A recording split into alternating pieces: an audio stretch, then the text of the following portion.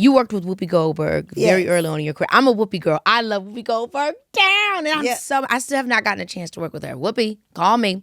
But you told the story about having the confidence to speak up in a scene with her early on in your career. Yeah. Tell me about that moment and what did it teach you about taking up space, especially being a newcomer? Let's talk audition first, okay? So to even get the job, I was unemployed, had a little baby, and I was breaking up. And I said, I know what I'm going to do. I'm going to act.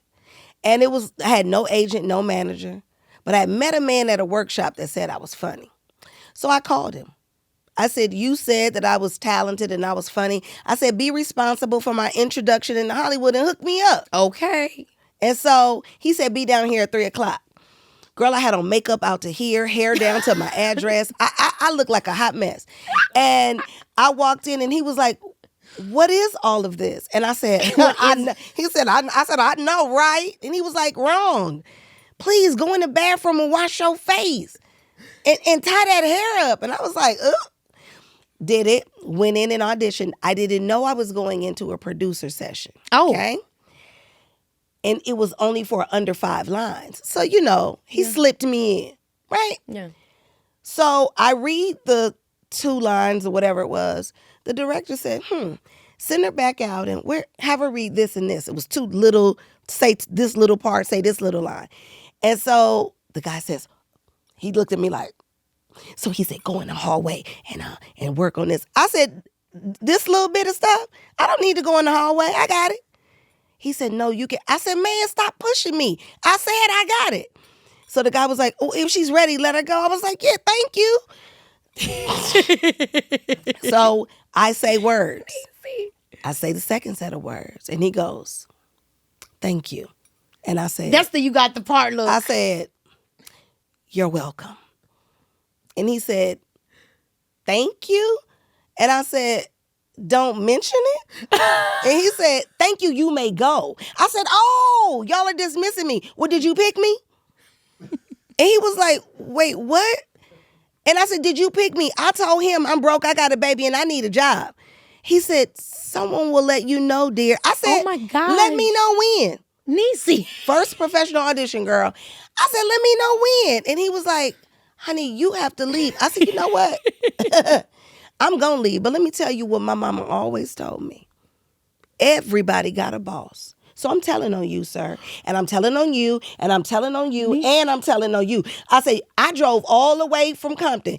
You going to have me drive all the way out here. And y'all not going to tell me if I book shame on all y'all. Because I didn't know the process. See why you got to go to school and study, kids?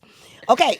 So I had never had the professional audition. So right before I walked out, he calls the casting director over, who is bright red. Oh, my gosh. And he leans down and says, where did you find her? She's adorable. Yeah, it was pretty Keke, cute. I don't stop. I said, don't try to get on my good side now. Y'all done already. It was a mess. So they ended up calling me for the movie anyway, in spite of that. And I got out there, and my scene was with Whoopi Goldberg. Oh, my God. What movie? Tell me this movie. Boys on the Side. Boys on the Side. With Drew Barrymore was in it, Mary Louise Parker, a very young and undiscovered Matthew McConaughey. Oh, my gosh. And Niecy Nash. Come on. I was woman in the diner.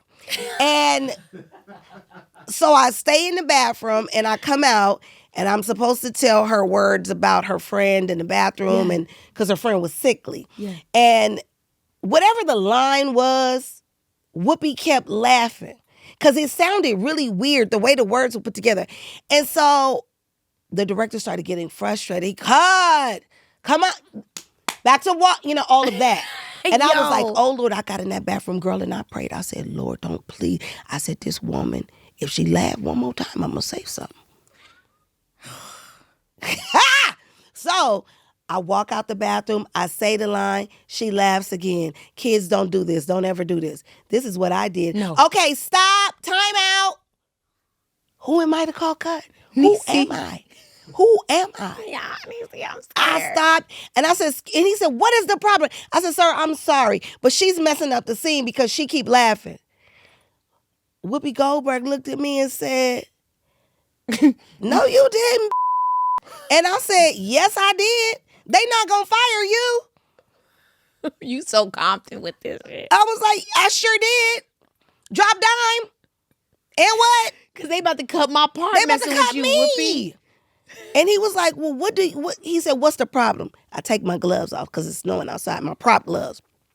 Long blue fingernails with bingles, bells, bows, and everything. I was like, well, maybe in hindsight, maybe that's why they gave me the gloves. But took the gloves off. And I said, the problem is, and he said, oh, wow. Go ahead. People don't talk like that. And that's why she keeps laughing, because it's so weird. And he said, well, what would you say if it was you? I would be like, girl, is that your friend in the bathroom? Child, you better get in there because she ain't not throwing up. He says, Edith, we're changing the line. He said, you go say whatever you want to say. Whoopi Goldberg said, you go, girl. And I was like, okay. But it just seemed like the most obvious thing to do. You think I'm finna get fired? This lady got a bag of money and these cute locks. Girl, they not gonna fire you. So yeah, I spoke up and will and always have.